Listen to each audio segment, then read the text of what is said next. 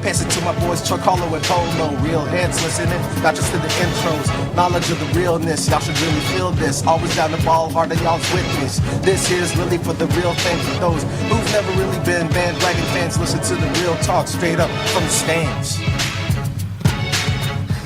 Yung Black Waterman. Oh, Black Water. asa na yung pabango? Asa na yung pabango pinabili ko? Nandun na yun eh. Hindi, wait lang ha. Asa na yung pabango Di na ako pinabili bumili ko? kasi last time, isang spray tapos di na natin ginamit after. Oo nga. Tapos tinrade siya sa San Miguel para sa basyo ng San Miglite. San Miglite? Na walang laman. Yun yung ka-trade. Commemorative bottle. Alam mo, let's be real. Let's just be honest. We did not expect to have to need that black water bottle anytime soon. Diba? It's one win. It's one more than... Nailed it! What's up, guys? This is episode 5? 5! Wala yung momentum ko. Episode 5 of From the Stands. We took a week's absence last week kasi we were kind of thinking na, ay, natalo yung Ginebra sa Star Hot Shots. Hintayin muna natin, baka mabawi nila sa second game. Hindi din. Although it was not meant to be. But we can't keep waiting for them to get that win. Life and this podcast must go on. Kasi kung antayin natin mag-pursue ng Ginebra, baka... Ako madadali. Baka matagal-tagal tayo. At saka Alaska yung susunod na kalaban. Ako mabibi. Okay, so, hey, to my left is Paul Bustamante. What's up? To my right is... Sorry, hindi ko nababa. Ba't ka nagsisiyem punk? Ba't ka nagsisiyem punk? You gotta lose yourself! Lul feeling. To my right is Carlo Pamintuan. Hello, guys. My name is Chuck Araneta. So, about them Barangay Ginebra games. Game. Ano pag-usapan natin? Okay, so... Wait, there's a perfectly good graphic for this. I think this summarized, this is gonna summarize everything that our we main man are Hael starting hooked us up with the good graphic. Hindi pa ang tamang panahon. Hindi pa ata. We have 2 weeks of PBA action in. We know that SMB is gonna just run away and win this whole thing. Diba? And then, labanan na lang yun for second place. But, Kung sino yung ka-finals nila? Kung Alaska? Bridesmaid. Alaska, para kasi, at least kung Alaska, pagtatawanan na naman tayo ni Coach Lee. Pagtatawanan na siya na naman off. Hindi nyo madepensa. Hindi nila na-screen na maayos. Screen! Diba? I really thought Ginebra was going to be. And then, to a certain extent, I still think that they are part of the discussion in terms of championship contending teams. But so far, it's been kind of a rough start. Kind of a rough start. Right, kinda. Just a bit. Just a bit. I'll save my main point, no? But I want to hear, I'll start with you, Paulo. I'm sure you've been monitoring closely Ginebra, no? What, as a fan, based on what you've seen, is there reason to panic, or is your message to Ginebra fans, chill muna, relax lang kayo? Where are you at? What? Be real with me. Where are you at right now? I'm straddling. In some ways, maybe I hyped myself up for this season. Kasi you get someone like Tim Cone. Diba? You get someone like Tim Cone. Sure got him. You basically get anybody that you want from the league. You get Joe Devance, you get Nico Salva in incredibly lopsided trades. And then you go away, you get away with clearing your logjam at the point by trading three-point guards. 3-point guards for Nico Salva, then you get Joe Devance basically for like a song and dance. And you come into this season thinking, okay, Ginebra's going all in. You hype yourself up for it. You're thinking, let's go, Ginebra, let's go. And then they sputter. I was expecting a closer game against Star. But I'm not gonna say Star was more motivated and all of that. They were. But they were. They were really all the motivation. All in. They looked pissed going up against Ginebra. So for me, that loss, may explainable, justifiable a bit. Yeah. So pwede mo pang ano. Sure. And looking back, the times nung Carriazo versus Cone, si Carriazo, siya yung nalipat. Siya naman yung ganado against him. Exactly, Palaging ganun eh. Correct. So meron pinanggagalingan yung win against Stars. So sige, fine. Pabayaan na natin yun. Tapos na yun eh. Game mo na. You go against Barako. Well, You're up 20. in one of the most impressive quarters I've seen in a while. And then Barako goes on this blitz and you can't get anything. And you feel like, okay, Tim Cone's gonna snap us out of this, we got this, and then you lose after being up by 20. There's got, like, 2 games in, may panic na rin akong nararamdaman. I'm not gonna lie, may panic akong nararamdaman as early as now. And as much as I want to say kalma lang, maybe it's my fault because I hyped it up. Okay. But in the same way, it's Barako, man. Sorry, but you have Greg Slaughter, you have Japeth Aguilar, who are beasts. They're playing like absolute beasts, and you can pull out a win against a team that you... Mick Pinisi. You traded away, basically. Exactly, there. You said it for me. So there, may panic involved. Okay, alam mo, here's the thing about Ginebra so far, no? The 2 games that they played are against teams that have a personal vendetta against Ginebra, Yeah. Like di ba Star, obviously losing Tim Cone, tapos basically you have what people call Team B of Barangay Ginebra on Barako Bull. That's Monfort. Like Team B. That's Monfort, JC, Mac Barakero. Basically all these guys were like, hey, why did you send us down here to Barako, di ba? So, why are you saying down? partly up nga eh. Thanks for moving on up, di ba? Ikaw, Carlo, based on what you've seen sa Ginebra, from a objective analytical point of view, bilang analyst ka sa PBA Radio, which airs every Wednesday, Friday and Saturday. And PCBL. And PCBL as well, analyst. What can you, in terms of like, objective point of view, where do you stand on Ginebra's struggle? Nagkakapaan pa talaga si Tim Cone and his players. I think right now, he is playing the veterans a lot of minutes. Yeah, for sure. Because he wants to show them, I will give you this chance. Kasi parang, from an outsider's perspective, iniisip natin, parang, okay, limit the minutes of Kagiwa, limit the minutes of Helterbrand. Even the Ginebra fans are saying this. Parang easy fix. Diba? Limit their minutes, go with the young guys, and build for the future. Si Coach Tim, no. Hindi, sige, let's try this out. Kasi hindi niya kilala eh. I mean, sure, he has gone up against Kagiwa and Helterbrand many times before. But he does not know yet how to fully utilize them. Sure. I think in time, magbabago yung rotation ni Coach Tim. Pag nag-retire na sila. Well, parang yung sa akin kasi, that 1 quarter of Ginebra versus Barako Bull was scary. Death. It was the best basketball I've seen from Ginebra in so long. I mean, parang outlet kay Greg Slaughter sa gitna, nasa 3-point, nasa half court siya. 1 dribble, alley-oop kay Japeth, bragag. Parang, anong gagawin mo doon? Parang, ako, if you can get 20, 25, and 25 from Greg Slaughter, he can run the break, he can dish off to Japeth Aguilar, and you have a bunch of guys surrounding him. Parang, how could you lose? And then, at the end of the day, parang yung last play nila was Mark Kagiwa losing the ball off a tap ni R.R. Garcia. JC Intal completes the steal. They don't do anything anymore. Yun yung sa akin eh. Losing the ball is forgivable. Yeah, I mean, it happens. You lose the ball. But quitting on that play, with 6 seconds left. it wasn't, parang, di ba Ginebra kayo? Never say that. Di ba Ginebra, di ba kayo yun? Di ba kayo yung team who epitomizes never quitting until magkamatayan na. And then parang after he lost the ball, Wow. Oh well, I lost the ball. Actually, I'm glad you said that kasi when I saw it, I wanted to make a Twitter poll. Di ba may Twitter poll na parang, should Mark Kagiwa just have, let it go? Or should they still have tried to foul it? Yeah, it just seems so out of character for Kagiwa. And for Ginebra. Yeah, for Ginebra. Well, actually hindi. This Ginebra. Di ba? Kau. Just saying. Say it. No, they quit on the game. They quit on the game. I guess it also had to do with the mental having to deal with putik lamang tayo ng 20 sa Barako. And there's gotta be some Hinabol nila, frustration binabackbreaker tayo ni R.R. Garcia, nila Mick Pinisi, diba, shooting jumpers overs, basically lost the will to fight. At least that's what I saw. But who am I, diba? So, when you, Carlos' stand right now is, okay, it's a feeling out process. Tim Cone hasn't dealt with any of these guys except for Joe Devance. Do you think that this is more of a feeling out process, or do you think that there are long-term issues with the roster that Ginebra needs to deal with? Because I think it's the latter. Because I really think that there are problems with this lineup as good as it is right now? No, there are problems with the lineup.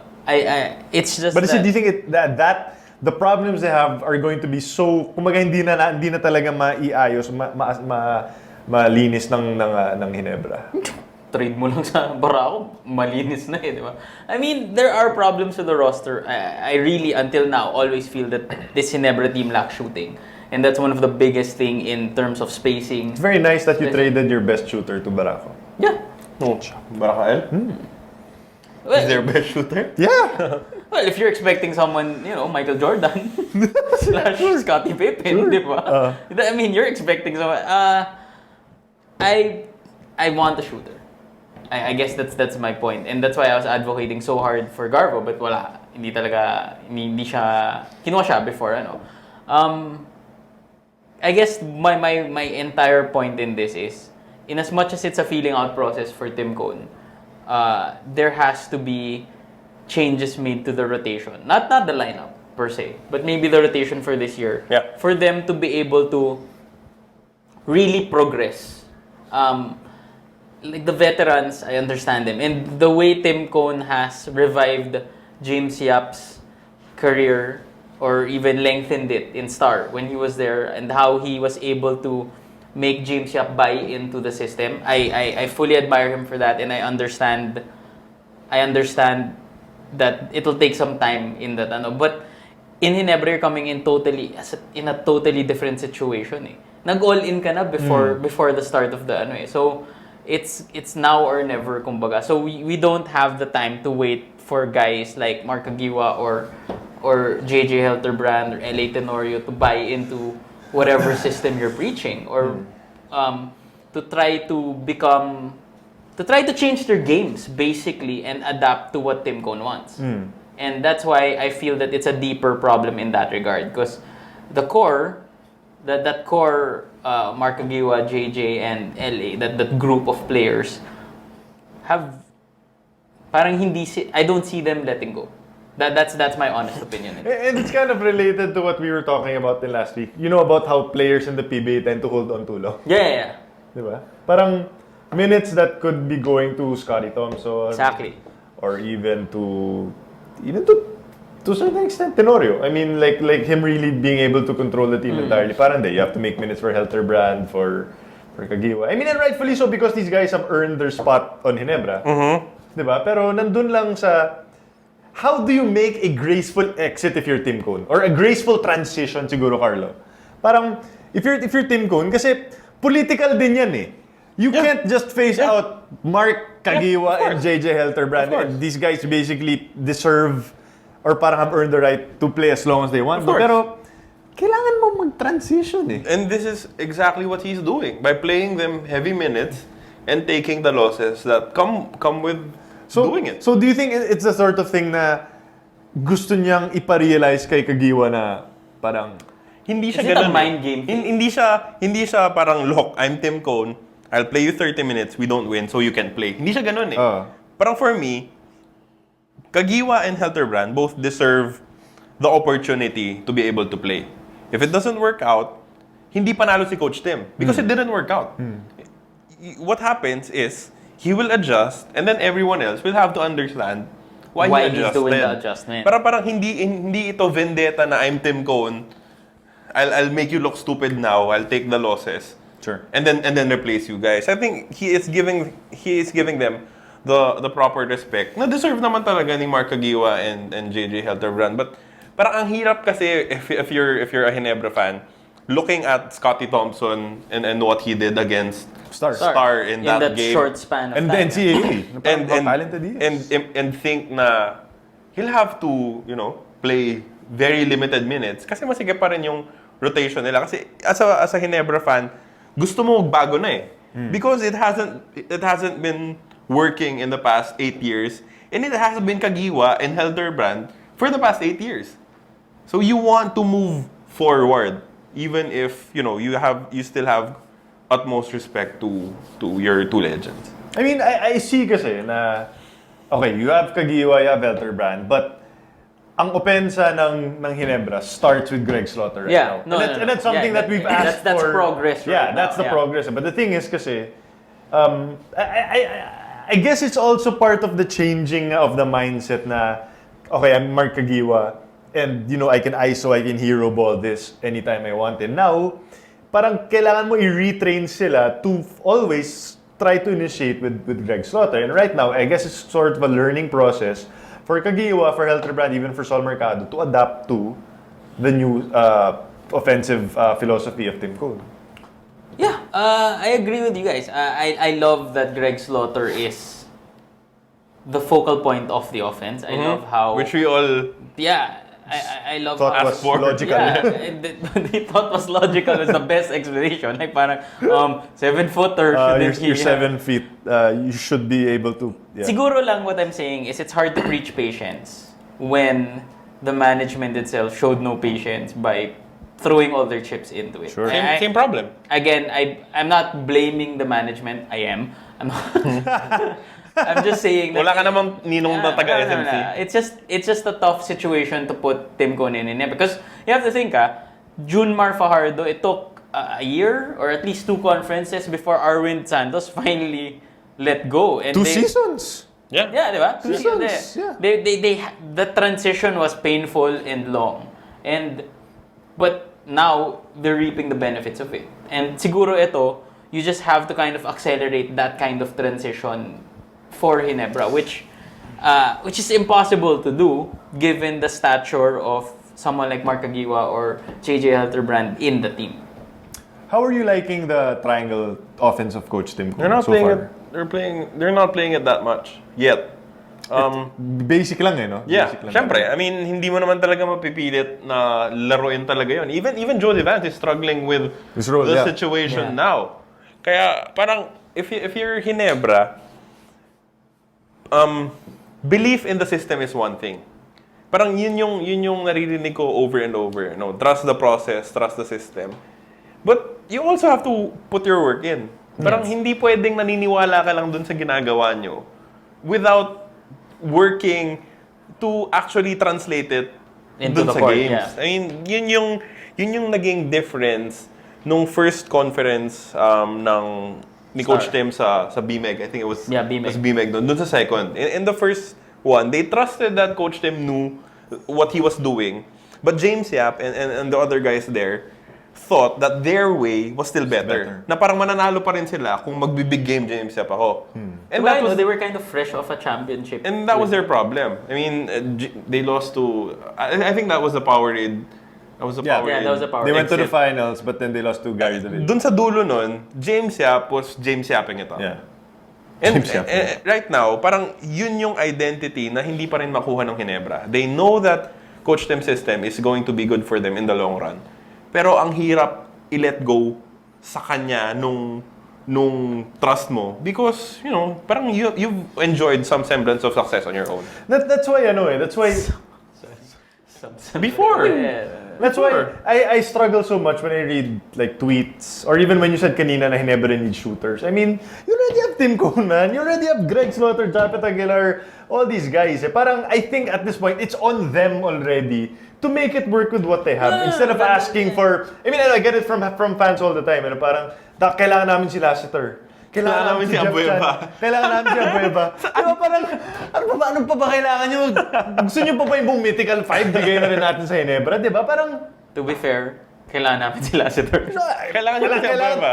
Kailangan din ng Alaska si Marshall Lassiter. Sure, why not? Let's get all the players. Well, Diba? kailangan din naman ng star si Greg Slaughter. Oo, diba? It works both ways, diba? So, doon ako nagsistruggle na parang, What more do you want? exactly. You already got Tim Cone. You have Tim Cone, you have Greg Slaughter, you have Japet Aguilar, you have Sol Mercado, you have... I guess I'm so used to the fact that we can just get anybody that you want. Sino pa bang gusto nyo sa Barako? RR's coming. Wait. I'll drop this now. You guys don't have to answer Oh. it. LA for RR. Who says no? LA says no! LA for RR? LA is gonna say no. LA is going to say no. Would you trade LA for RR? I'm just dropping it. No, you. I'm just dropping it. But if you flank RR, Greg, Japet, and Scotty, That's not fair. just say it. Okay, so moving on. No. LA for Terrence who says no. I'm kidding. Totally kidding. You know what? LA for RR is debatable. You can make Really? a case. You can make a case. Ako. You'd rather have RR? I'd rather have LA. Really? Easy. Kind of think that RR would be a better fit sa Ginebra. I'm just dropping No, it. because It's- I feel like right now, Like how Forrester was supposed to be a better fit for in Ginebra. theory, parang I feel like LA and Sol's games are too similar at this point. Both struggle, to say the least, with shooting. Both can pass. But, like, Sol is a better penetrator. He's stronger. And para it would be nice ko para yung change of pace between RR and Sol is much more different than compared to an LA and Sol. I stayed up with this kasi I feel stayed that up for this? I stayed up one night thinking about this is why I thought of I was up one night thinking about LA for RR na trade and how LA can help facilitate everything for Barako, 'di ba? For RR naman parang he resumes that role in Barako in a better team where he just can camp in the corner where Greg is and then the ball can miraculously make its way to him. It's just so tough to give up someone of LA Tenorio's caliber. That's LA. Yeah. So that's just the difficulty that I have. But like a lot of people want LA Tenorio out of the team. Yun din yung di ko maintindihan from us, I guess. Parang we've been harping about how Ginebra should stop changing. Yeah. And parang hindi naman tayo mapakali sa dami ng taong gusto nating i-trade from Ginebra. Diba? We've been We're the ones fanning the flames. Yeah. we've been preaching continuity na parang stop changing coaches. Hindi, si Ato na lang. Hindi, si Frankie na lang. Stick with Tim Cone now. No, trade LA. may disconnection for me. Hindi, fantasy trade lang naman siya eh. Parang kaya nga, I just talked to the people and said, what more do you want? Parang this is your lineup. It's on them to make it work. Yeah. With what they have. Yeah. I mean, okay, this is Ginebra right now. This is me panicking by the way. They have the biggest front court, not the best. They have the biggest front court. They don't have any shooters. Pero, bahala na kayo dyan. Yeah, tama. This is the jumbo lineup you guys wanted to work with when you traded Mac Barakel. We had this debate on Twitter before, di ba, na parang, will this jumbo lineup work in the PBA? And right now, it's not working. Diba? But again, it's on them. I actually argued for this jumbo lineup. Yeah, I actually argued that Tim Cone doesn't need to shoot a lot of threes. Kasi sinabi ko na, I actually said na you're gonna miss Mac Barakel. I'm just saying, I'm panicking. Period. After 2 games? Oh. Yeah, Alam mo, there's cause for panic because nasan yung ano ngayon? Nasan yung Ginebra? Dubai. O, pagbalik niyan, 3 DNP kasi tataniman lahat ng bala. Problema yun. Problema yun. Eh, paano kung si Slaughter? Paano kung si Slaughter yung mataniman ng bala? Patay. Na. Panik ka talaga nun. Patay. Panik ka talaga. Ako, mas natakot ka ako na alas ko yung matiniman ng bala eh. Para i-default na lang yung game eh. Bibigay na lang sa Ginebra eh. Sa Mahindra. Tsaka sa Mahindra, ma-auto ka agad. Matutoy Alaska ka agad eh. Si Greg pa naman yung malaki yung maleta. Hirap Mahal yun. Mahal yun. Hindi lang 160 Mahal yun, balutin yun. 320 yun. Ako. Kung ako sa Okay. inyo, check nyo yan. This is a stupid question. But if Ginebra can crawl into the quarterfinals. They will. They will. I think they'll make Everyone will quarterfinals. make it to I the think they'll make quarterfinals. Hey, don't give up on Blackwater. Don't sleep on Blackwater. Okay. Yeah, you know what I'm saying? Okay, so let's say that they make it to the semis. If Greg Slaughter continues to play the way he is right now, he's BPC, right? If he makes it to the semis. Yeah. Yeah. Junmar isn't posting huge numbers. Yeah. If they make it to the semis, yes. Pero right now, would you say that Greg Slaughter is the best player in the PBA? Based on this conference lang ah. First 2 games? Yeah. It hasn't translated to Okay. wins eh. Hindi siya nanalo eh. You can't put Greg over Junmar if it hasn't translated to wins. Because Greg is Junmar's height, but he's 2-0. Well, actually, might Pringle's be, good. Pringle's really good. Pringle's very good. And he's winning. Stanley Pringle's freaking good. And Greg Slaughter. So, see, Greg Slaughter right now Stanley is... Pringle came out of the library, man. Yeah. So, Greg is DeMarcus Cousins. Basically. Yeah. Basically. Monster good stats, bad yeah. team. That's why, if you say na semis, that means he won. Yeah. And if he keeps 2020s going, The quarterfinals won't cut it. no. I mean, if Greg makes a quarterfinals, Yeah. he'll be in contention for the BPC. Top I mean, five. top 5, but he's not gonna be anywhere near the top 2 voting. But if he makes it to the semis, it's gonna be a tough choice unless Junmar starts putting up like 25-16s towards the end of the conference. Who's the one player you think needs to really step up for Ginebra?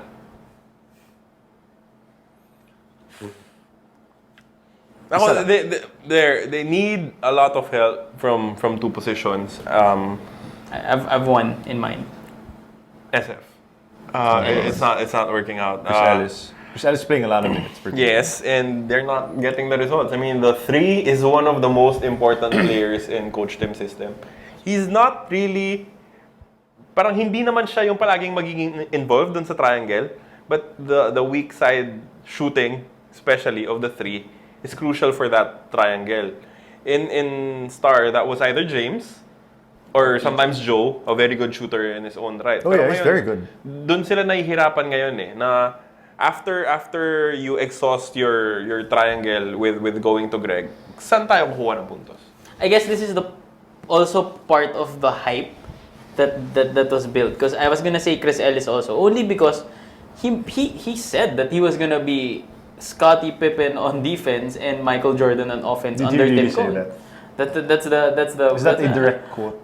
I'm not gonna say it's a direct quote, I but think it was a direct. I think it was a direct quote though. Yeah, it's completely a direct quote. Seriously? He said that. Oh my. See, and that's the hype. That's the problem. There's the disconnect as well. So I feel Baka that Jordan Wizards na opensa.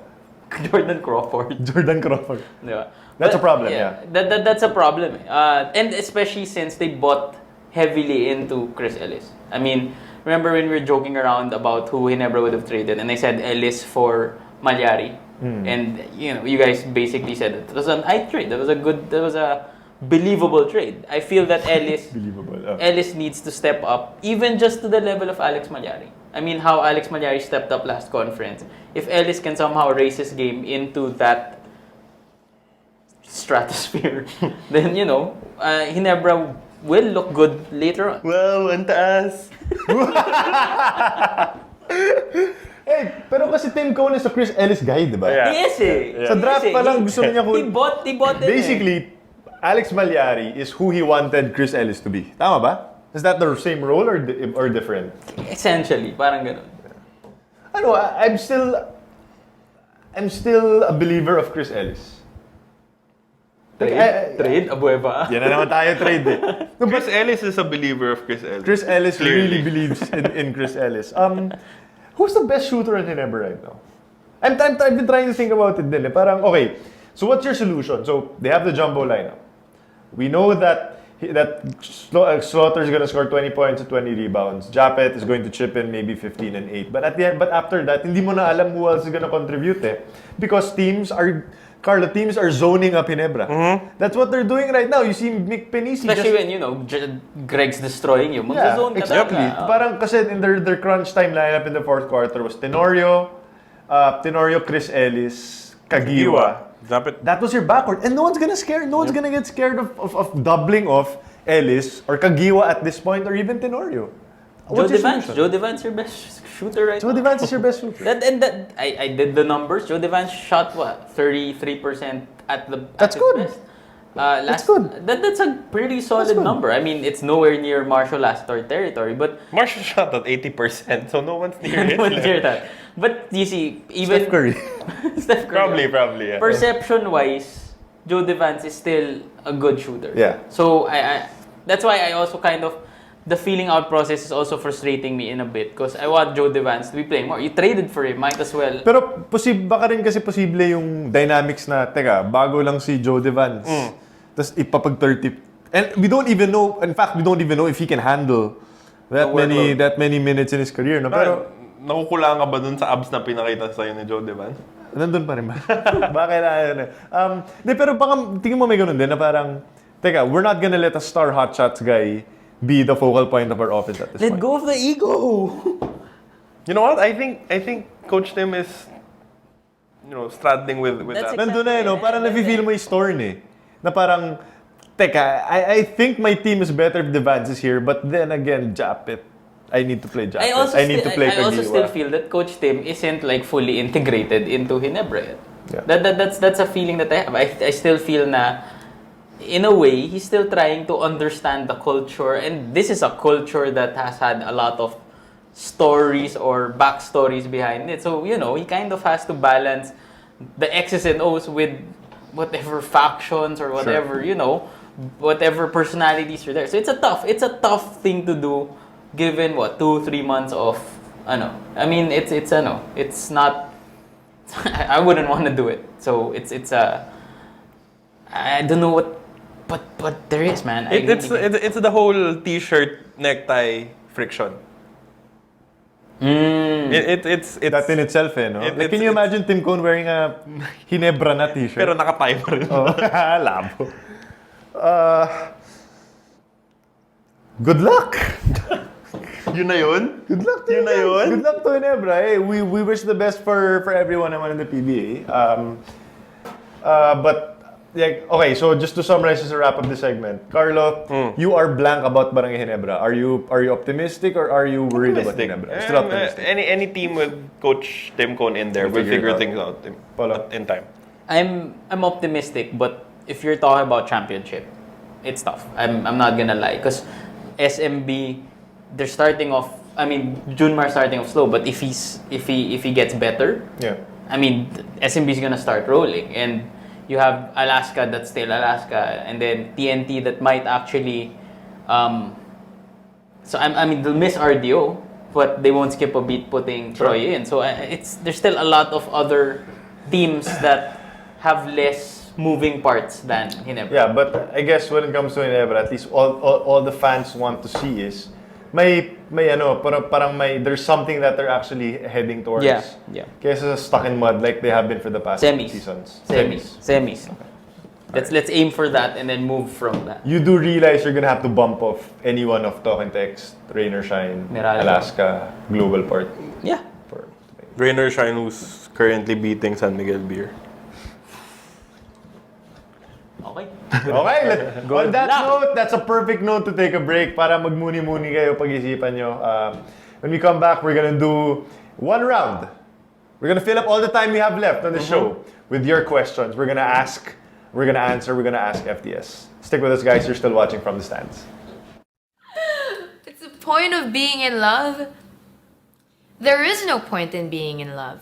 I mean, if you are required to be in love, then it will have a point, but there is no point in being in love. But it comes naturally, like it's like breathing. It's as natural as your skin feeling something when it touches something, So there is no point in being in love. There's only magic, and magic has no point but to keep you alive and kind of wonderful and keep yourself filled with so many things you can't explain. Saktuhan lang.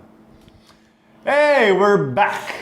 You are back on another episode of From the Stands, episode 5. Okay, we're gonna throw the show to you guys because this is the segment wherein we answer everything under the sun. This is another round of Ask FTS. Polo has graciously compiled Some questions. the best questions. Not the best. I just found interesting questions because I tweeted it out earlier, and then there were some questions that came back that I found to be interesting and also tougher to just answer on Twitter, at least limited to the 140 characters. Yeah, shout out din to Dex or Dick. Nagpapabati siya. Yun lang yung shoutout mo. So, kung gusto nyo pa magpabati, please, we're just hanging out with you guys right now. Polo, what do you have for us? Let's go. Oh, our main man. Our main man asks, do you agree that keeping Batang Gilas players in the program until they become of age? No. Okay. No. I mean, Carlo, you were close to this program. What is of age? I'm saying that Prime. Batang Gilas keep this team intact until they become Gilas. Meaning... No, not until they... I'll translate it na lang siguro into a more... If you keep Batang Gilas as part of like a parang grassroots up to like the pool level, then you pick from there, including It's tough kasi tinan mo. Batang Gilas, that's under 16, right? Some of the best under 16 players won't be released to Batang Gilas because they'll be playing in the UAP, some in the That's NCAA. true. So parang the Batangilas lineup did Tremendous, man. Beating God. China. Wild. They did what Wild. Gilas couldn't. that's national team China. Yeah. Come on. That's not Team B Jones Club. Exactly. Under 16 China. Pero para sa akin, although like a handful of players from that team, could make it in the future in Gilas, but keeping it like the entire lineup together, I don't think there's any future in doing it. I think I agree with Carlos' point in the sense that in the same way that we didn't get the best players for Gilas, I don't think that under 16 team is the best of the best because there are a lot of marami ring late bloomers dyan na hindi mo rin ma-predict. But man, I mean, Gian Mamuyak, Pelangel, these guys could be bannering our country in the future. Shout out to JJ De Guzman. NSD for life. For life. I'm shouting out to, kailangan ko lang mag-sorry, Mr. JT Garcia. Like 3 weeks na siyang papashoutout sa I keep on forgetting. But this guy... You had one job. Yeah, I had one job. But this guy is the one that tags all of you sa Slam posts. Yeah. Awesome. So, Mr. JT Garcia, Slam fan, FTS fan. Thank you. Alright, let's go to our next question. Next question. If we ever host one of the Olympic qualifying tournaments, which of the teams would you like, Kilas? Meaning, do we want to go against the teams that we can beat or Parang have fun. Yeah, parang- I just want to be grouped in with either Iran or Lebanon. why? Why? Wala lang. Parang Iran because it's another chance for Philippines-Iran. Sure. Okay. Lebanon because I know we can beat them. Okay. And if you are hosting as an Asian nation, makakuha ka pa rin ng isang Asian team eh.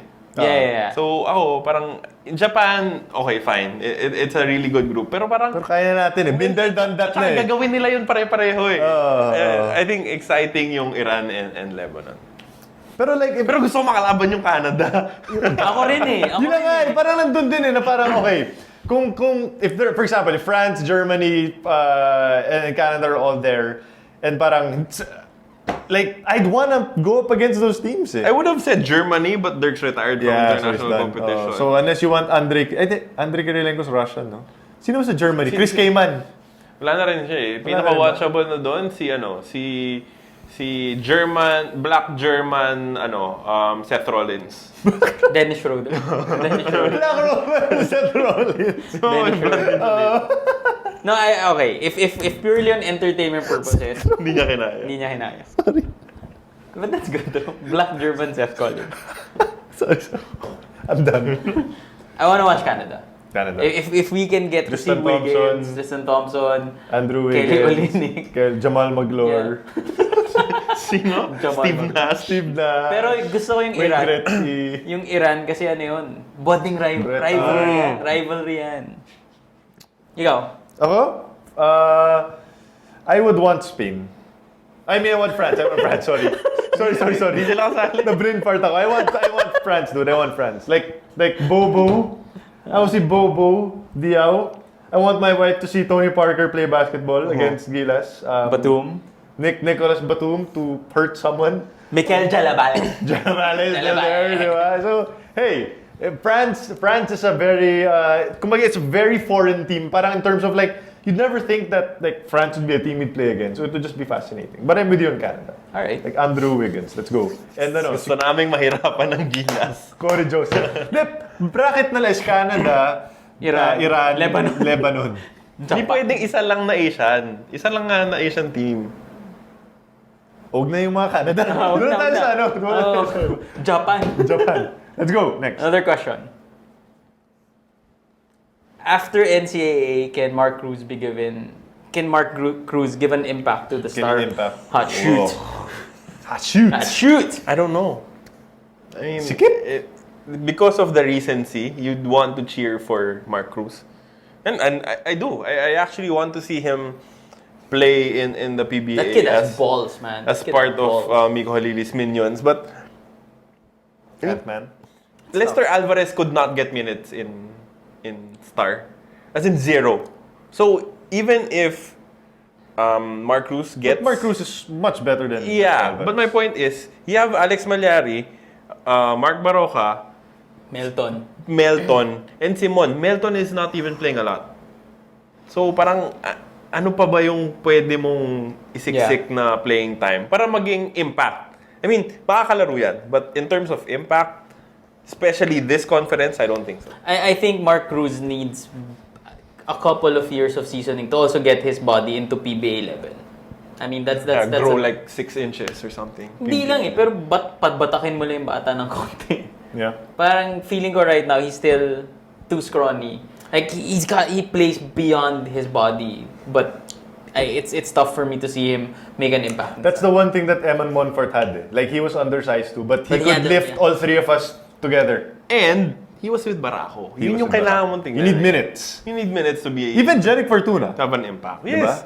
Before sila pinitas ng SMB sa Ginebra, parang they were playing really well in Barako Ball. Mark Cruz in Blackwater. Yeah. Why not? Mark Cruz playing against Art De La Cruz. Playing with. Playing with. Okay, anyway. Next. Tapos LA Revilla versus Mark Cruz. Oh, let's go. Biglang exciting yung Mahindra Blackwater. Rivalry. Diba? Let's go. Next question. With RDO injury, can Alaska sneak into the finals to face SMB? Parang Undertaker Lesnar. Would you want that? Sino kami? Teka, sino kami Time dyan? out. Sino kami dyan? Alaska is not sneaking into anything. They're a legitimate contender. And we're looking parang over them because hindi sexy yung ginawa nila nung Wait, off-season. sorry, time out. Si Bonsvan PH sent a question about Alaska. Anong chances si Chuck yung nag-send? Hey, look at the DP. That's joking no. Di ba yun yung ano mo? Yung ginawa mong Twitter dati? Na sabi mo to separate Chuck Bro, Arneta from at Eagles and Aces. Iba yan. Did that game Bulls plan? and Aces yan. Bulls and Bulls and Aces. Bulls and Aces. Masyadong hardcore eh. Pakul ka. Softcore lang ako. But you know what? I will always love it that Alaska is always sneaky under the radar.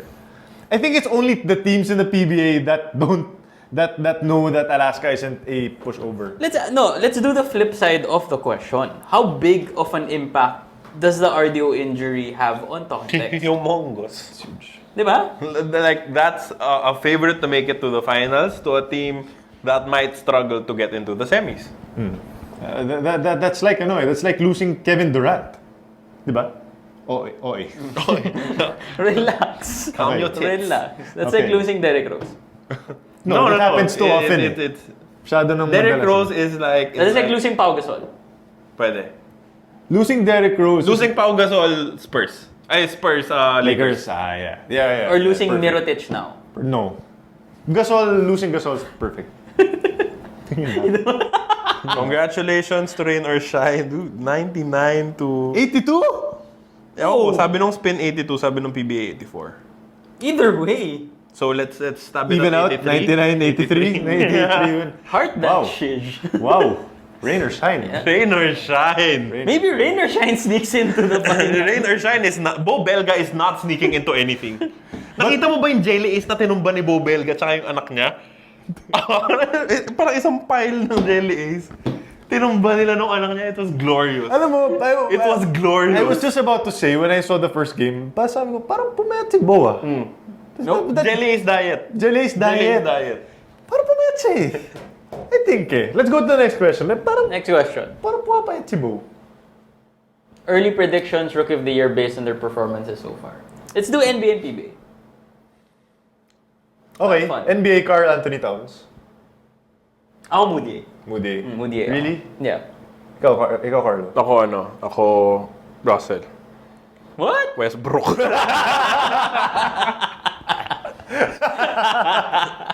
PBA. Rookie of the Oh, Year. man. Ako na. Una na ako. Sige. I'm all in. Newsome. Oh, okay. Really? Yeah. Chris Newsome? Yeah. Oh, sige. Kung all-in na rin lang eh. Scottie Thompson. Oh, good luck with the Scottie minutes though. Thompson. Scottie Thompson. Ako, as soon as I can recognize him, Kevin Rakal. pag namukhaan ko na siya, that means that you're doing stuff, rookie. That means I got you. But for now, muhalataw tuwa tayo. Pag masasabi na ni... Ano pangalan niya? Ni RJ Hazul na okay lang. Pag hindi na okay lang. Pag sinabi niya, okay. Doon tayo mag-rookie there. That's when you know Rakal's the guy. Sorry, I'll add to this question from Benj Sebo, at B Sebo. Does Agovida have a real shot at the Rookie of the Year? No. Keith Agovida. No. He won't get the wins. Easy. I like him though. I like him. What about Enciso? Okay. Take away the wins. Like performance lang. No. Hindi pa rin. Masyadong Enciso. volatile yung What about situation. Enciso? I like Enciso. Do you know what he looks like? Yes. Looks like the Filipino Derrick Rose. Hindi ko ba siya sinama dun sa 3 choices na yun? I think it was Nimes, Enciso, and Rakal. Really? Yeah. Oh man, that was crazy. Okay, next question. Tautua, I still think Tautua. Do you know what he looks like though? Tautua? Di ba kamukha niya si Asi? Thoughts about Alain? Oh. You had thoughts on this? Thoughts about, I did? Yeah, about Alain on Twitter. Maliksi's controversial post on Instagram. No, I didn't. Yeah, you did. I didn't say much about it. Yeah, now's your chance. I did? Yeah. Oh, the thing! Kayo muna. Simulan ko na.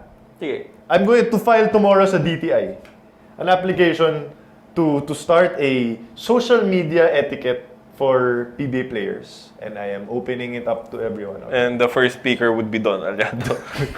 Yes, he will, kung mag-alam mo yung sa mga probation, people on probation, Hi, I'm Don talking Aliado. to the kids about what not to do. Yan. I'll start with Don. Then afterwards. Where do you draw the line between saying what you feel and getting banned? Can I answer it? Okay. Just don't say what you feel. Don't ever say what you feel. Are we just gonna live in a country where athletes play hard and give their 100% and that's it? That's all the insight we're gonna get from them. No, para sa akin kasi, you draw the line between saying that you're frustrated that you're not getting the minutes And and saying, you want "Trade to me." be traded because you're not getting the minutes. Okay. Parang the PBA will always be a team league. It's stacked against The player. the players. No free agency and everything. Alam naman natin yan eh. No union. Kaya para sa akin, parang know your limits. I mean, alamin mo na, ikaw na yung mag-set ng boundaries mo and asking to be traded from a team that has won in the past. And nakinabang ka rin naman dun sa Yeah, mga you got a napanalunan contract. nila. Oh. You got injured and you were lost given, out a year. You were given the same contract by that same team. Parang ako, well, I think, if anything, Pure Foods deserved some benefit of the doubt kasi bago rin si Coach Jason eh. Correct. I mean, 2 games in, you can't expect him to know exactly how to please everyone dun sa team. And if he wants to please some people in the team, pag-uumpisa siya kay Pingris and kay James Yap and kay PJ Simon. And if this was 10 games into the elimination round and Alin Maliksi is not getting 5 minutes per game, by all means. But it's 2 games. It's 2 games. Sa bagay, I was gonna say it's stretched out from last season, but then again, Di iba naman na siya yung yung coach coach. also, parang okay. Ang sa akin lang kasi, balat sibuyas kasi sa Pilipinas. And whenever you post something that controversial on Instagram, you know, officials are going to see it and they're not going to be as quote-unquote open-minded as officials in the NBA. Diba? Because parang it's going to be, teka, you tore your ACL, we gave you a contract, fine, you're not playing enough minutes, but aren't you getting paid? This isn't Mahindra. We're Shots. paying The you. contract you signed was not written on water. Yeah, and you actually saw us sign the contract in your presence. And you're getting paid. Diba? So, where do you come off posting on Instagram when you haven't played minutes in 2 games? I'm sorry, Alain Maliksi, you interviewed him. I'm sure he's the nicest guy out there. Maybe ano lang yan eh. Bugso ng damdamin talaga na, teka. Or maybe his girlfriend or wife just got him a really nice gift or he just wants him to buy that. Diba? Hindi natin alam. The shirt. The shirt, diba? But you need to be really discerning about every single thing you post on social media. Kids out there, even kayong nanonood if you're in college, watch what you tweet, watch what you post because mga future employers ninyo nagba-background check na yun sa Facebook more than your resumes. Absolutely no dick pics. Yes, please. Oh, don't Snapchat. Get off Tinder for a while, okay, when you're applying for jobs. That Snapchat, that thing doesn't disappear. Yeah, that's it. that gets Screenshot. As soon as people get Screenshot. Ganyan lang yan, ganyan lang yan. Oh, Screenshot. Kids, be careful with what you post. Nangyari na ba sa'yo ever yun? Yung walang connection sa kahit anong basketball. Pero yung nag-screen cap ka, tapos akala nung nasa harap mo, pinipicturean mo siya. Hassle yun. Tapos parang anong tingin niya sa'yo? Pupipicturean. Feeling. Sorry, tingnan. Sorry. Sir. Hindi naman. And I have one more thing about this issue. I think it was also a statement from Coach Jason. Maybe. Na parang, I was given this responsibility and I'm not taking it lightly. I mean, if you have something to say na hindi makakatulong sa team, na you did not tell me first as your head coach. Sure. Yeah. There's going to be trouble. Parang ano naman like, why not just go directly to Coach Jason or to the officials and tell him the problems? In-air out niya kasi sa public eh. I think that's correct. I guess my point of view is I understand where he's coming from. Kasi in a league like this, you can easily get makakalimutan ka. Sure. You can easily be forgotten, buried in the bench like him, coming from an injury. Makakalimutan ka, and that will affect your long-term earning potential in the PBA. And I understand the frustration of that. But airing it out in the public first or at all in that regard is it's a big problem. Or look at it from the other side. You want the minutes you played in Barako Bull where you were averaging 20 points per game. You really want those minutes? You wanna go back to Barako? Diba? Really? Parang ganun yung mga kinonsider din dapat ni Allen. Okay. Meron pa ba? Meron pa ba? If not, yun. How will Gilas perform without RDO? Who else can take up his place as the stretch for? Ay, Troy. Easily. Troy And Rosario. you get the same case with context. The Gilas yung Sino? Gilas? Hindi, I mean, Gilas, di ba? That's a tougher, with Gilas. I don't think you're replacing Rani Del Dio. You're changing your offense without RDO. Di ba? I think it's a tough, Does RDO come back to Gilas? No. Hindi na, no? Personally, I hope he doesn't. Parang para sa akin kasi, Seryoso ba yung injury niya? Chong, you see crutches. He can't. para sa akin kasi, I mean, in Rani Del's case, he was playing for the national team since Birth. 2000? Birth. Something like that. Since the start of his basketball career, basically. Before he even turned pro. Wow. Before siya mag-PBL. St. Francis pa siya. Naglalaro na siya sa Philippine team. So, if there's someone who could say na I've given enough to the team, let me prolong my PBA career. My earnings. Yes. I say My livelihood, basically. Please, Ranidel, save your career for parang think of your family. Parang Tsaka think of your health na rin. Yeah, kaya nga parang prolong your PBA career. And tama na rin naman. So, sobrang dami na niyang nagawa. And it should pain all of us as Gilas fans because he's irreplaceable in that position with his toughness and shooting ability and experience. And elbows. And Yeah. Diba? Parang you always think na, okay, this is the year that RDO's not gonna play as well as before. But he always he's always there when you need him, diba? He's grabe. He's one of the best. I would say he's one of the best PBA players of all time. RDO. I called him Cap 2.0, so clearly. Clearly, you were right. High regard. High regard. Yun talagang Cap 2.0 na ginagamit niya kahit saan. Yan yung ano niya. Positively or negatively. Yeah. Depending on the situation. I forget even the top 10, but I called him Cap 2.0, so balanced. Yeah, so I think that's our last question. I think that's our last. I have some here if you guys want to still answer it. We still got a few minutes. Yeah, sige, go. Sige. Ayan na natin, speed round. Swaggy, PTNT, top 5 most surprising. Gawin natin top 3 most surprising PBA players so far. One each na lang, one each. Stanley Pringle. Sean Anthony. Oh, that's a good. Ako? Newsom.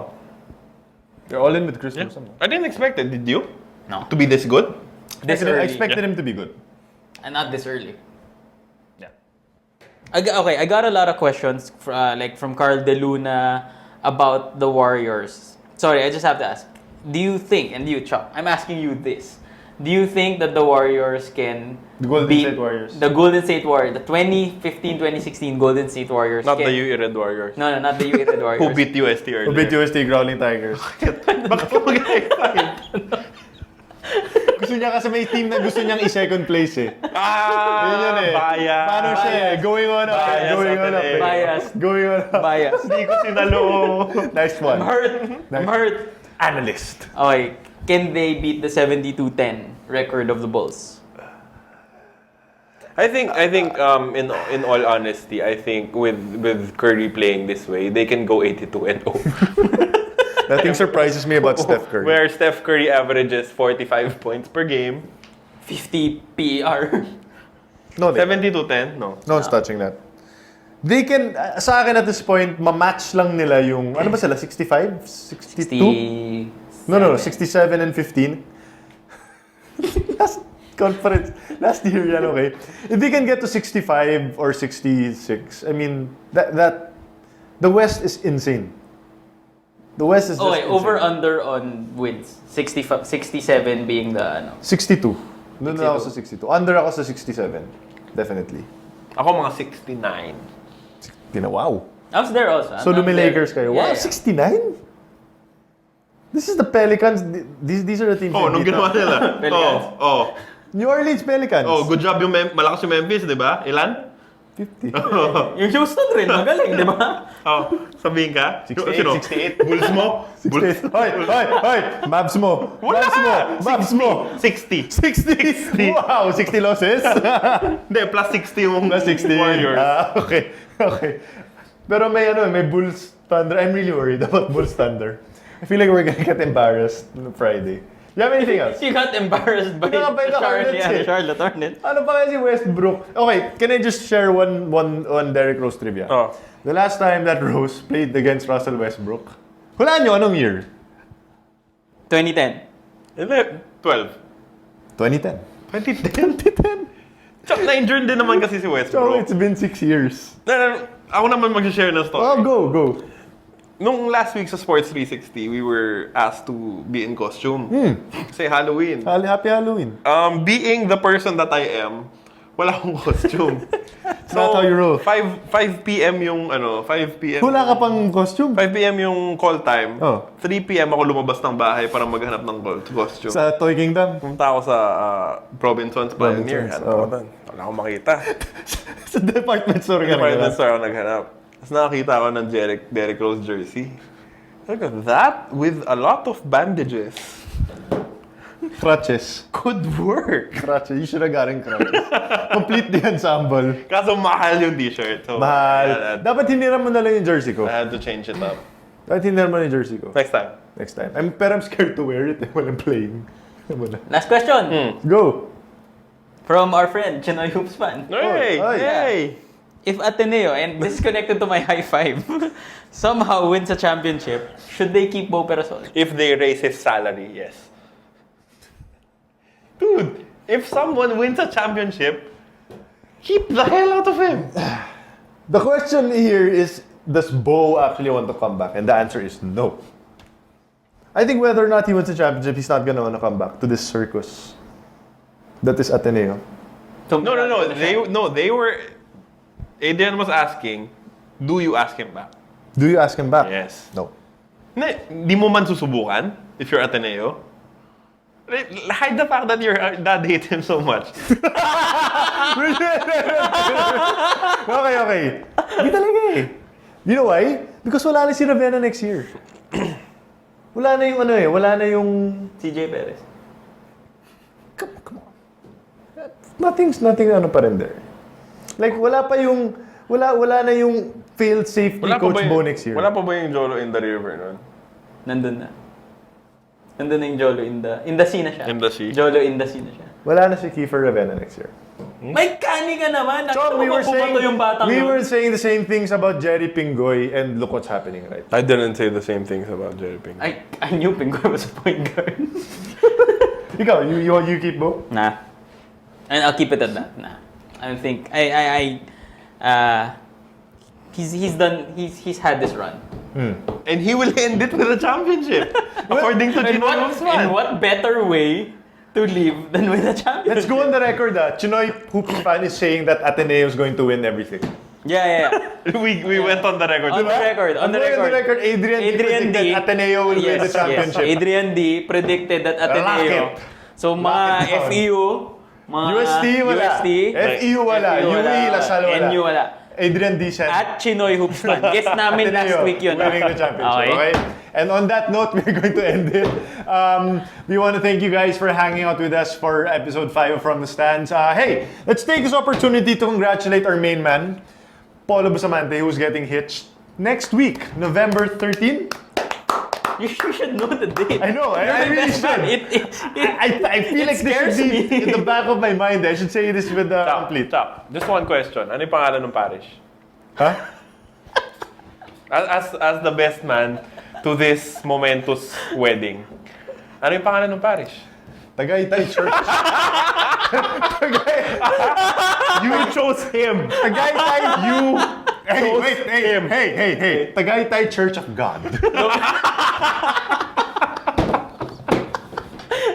Carlo, ito na lang Ikaw, kandila ka.